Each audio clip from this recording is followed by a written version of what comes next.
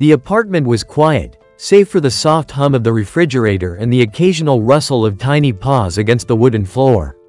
Miso, a small orange tabby with wide, curious eyes, had only been with his owner, Daniel, for a few weeks. Daniel had rescued him from a rainy alley, and since then, the kitten had become his shadow, always nearby, always watching. That night, Daniel had fallen asleep on the couch after a long shift at work. The TV played softly in the background, and an electric kettle sat plugged into the wall socket nearby, forgotten. Miso, ever playful, batted at the dangling cord, his tiny claws catching on the rubber. Then, a spark. A sharp crackle burst from the socket as the plug loosened slightly, sending tiny blue flashes across the wall. The kettle flicked on by itself, its red power light glowing ominously. Misa's ears flattened, his fur standing on end. He turned to Daniel, still fast asleep, unaware of the danger. The kitten darted to the couch, pawing at Daniel's arm, meowing urgently.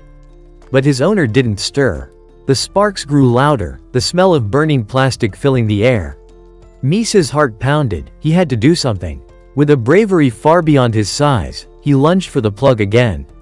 The sparks hissed at him, but he didn't back down. He clamped his tiny teeth around the cord and pulled with all his might.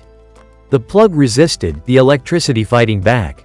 His whiskers trembled, his muscles straining. Snap.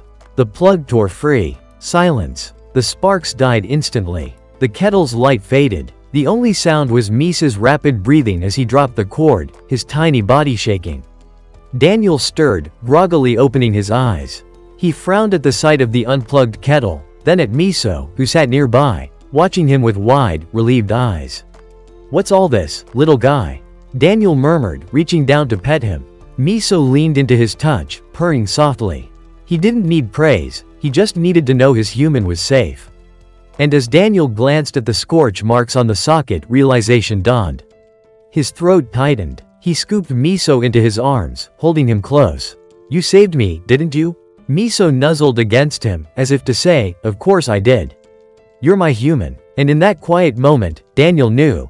This tiny kitten was more than just a pet. He was family.